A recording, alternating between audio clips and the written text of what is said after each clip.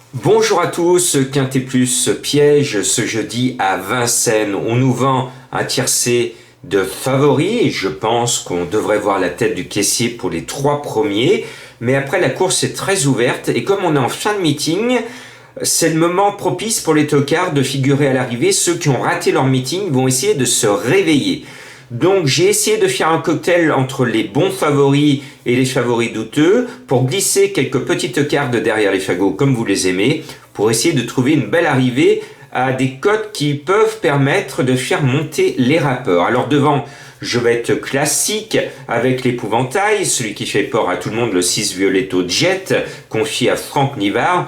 Il enchaîne les succès, je ne vois pas qui pourrait l'arrêter. On tient là le gagnant. Et puis, Goup et Raffin, c'est une sacrée association autour de Portland, le numéro 1. Le cheval est en retard de gain, il est bien, je l'estime. Il devrait réaliser une grande performance. Et puis Jean-Michel Bazir a visé la course. C'est un objectif pour lui. Alors on aurait pu penser en lisant les partants que Dreambreaker était son préféré puisqu'il est sur ce cheval-là. Et finalement, non, JMB le dit et le répète et moi je l'écoute. Dreambreaker, c'est pas sa meilleure chance. Sa meilleure chance, c'est Kalina. Le numéro 4, en plus ça tombe bien, c'est le cheval de Madame Colombo. Elle le sent bien. Kalina est au top, elle va réaliser un grand numéro et Thomas qui est au sulky va savoir s'en servir avec maestria. Et puis Diable de Vauvert, le 7, est en énorme retard de gain. Il est actuellement sur la montante. Lui qui avait fait l'arrivée du critérium des meilleurs de sa génération pourrait se rappeler qu'il est un petit crack. Dans ce cas-là, un jour ou l'autre, il pourrait mettre tout le monde d'accord quand il va se rappeler qu'il est un champion. Il l'est de mieux en mieux à l'écurie. Attention à lui. Donc là, on tient peut-être le quartet en 4 chevaux. C'est ce que nous vend un peu la presse. Moi, je ne fais pas dans l'originalité avec ces 4 chevaux. Ils sont tous à 2, 3, 4, 5 contre 1. Bon. Et puis, je sais que vous avez besoin de toucher quelque argent pour la fin de ce meeting. Et puis je suis allé à la pêche au tocard pour essayer de trouver ceux qui vont casser vos jeux. Et notamment mon coup de cœur annoncé bizarrement à 31 contre 1, c'est le 16 Estela. J'étais un peu comme Molière les 2 dernières fois, je me demandais mais qu'est-ce qu'elle vient faire dans cette galère à disputer une préparatoire au Prix d'Amérique et une grande joute sur 2100 mètres où elle n'avait pas trop de chance. Bon, le cheval est bon, là elle trouve un engagement sur mesure, on sent l'objectif et elle va certainement rembourser son avoine de début d'année. Moi j'y crois, l'entourage est confiant. Attention à elle. Après, je vais mettre Dreambreaker, le numéro 9, pour me couvrir, parce que cette course reste un objectif pour Jean-Michel Bazir, et on sait que le patron n'aime pas rater ces rendez-vous importants pour lui, mais il le dit et le répète, c'est sa deuxième chance. Pour une fois, il n'est pas sur son favori à lui. Autre tocard, même si à mon sens c'est un petit crack, il est 11e de la liste type de la presse, Estola était 10e de la liste type de la presse. Vous voyez, j'essaye de trouver de l'originalité. C'est Jérimôme, le numéro 13. Alors, il n'a pas été au devant de la scène cet hiver, et pourtant c'est un cheval qui m'a impressionné l'année dernière, notamment dans les quintets. Il a un jeu de jambes extraordinaire. Ce jeu de jambes, c'est pas tous les chevaux qui l'ont. Lui, il l'a. Ça veut dire qu'il a un gros moteur, que c'est un petit crack. Il arrive avec plus de fraîcheur que les autres qui sont en fin de meeting. Il bosse depuis le mois de novembre, décembre, janvier. Là, on touche à fin février. Les héros sont fatigués. Lui, il arrive avec de la fraîcheur. Et je me dis que sur une pointe, son driver va le préserver. Il va pas être dans la bagarre tout de suite. Sur une pointe, il a la classe nécessaire pour venir ajuster tout le monde sur le poteau. Donc, je vous le conseille à très belle cote. Et puis, un autre cheval à très belle cote, à 62 contre 1, 14e de la liste type.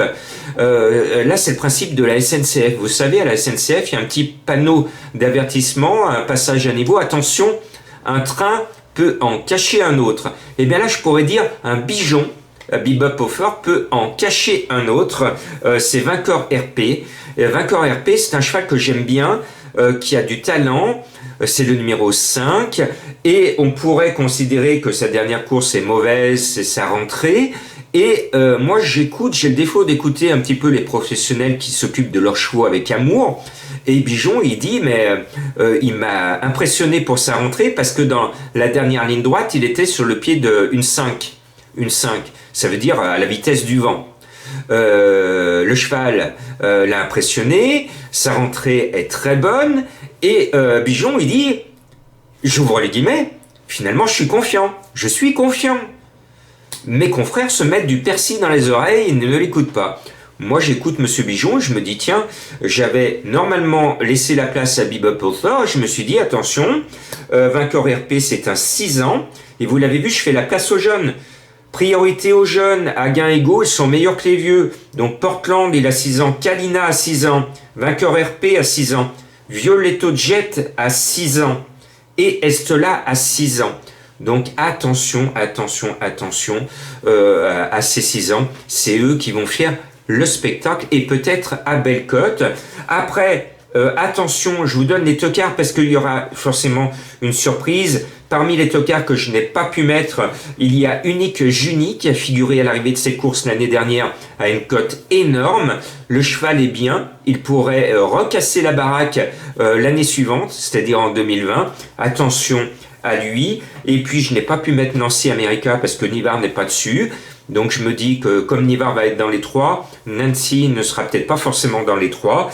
Dragon d'Erac, c'est un cheval qui est sur la montante, mais si on regarde toutes ses performances, il n'est jamais dans les 3 premiers. Donc pour moi, j'aime pas ces chevaux qui sont favoris et qui finissent jamais dans les 3, en 10 courses, jamais dans les 3. C'est, même si le cheval est bon, c'est-à-dire que le cheval, il n'a pas envie. Quand un bon cheval, passe 10 courses de suite sans être dans les 3 premiers, ça veut dire qu'il y a un problème quelque part.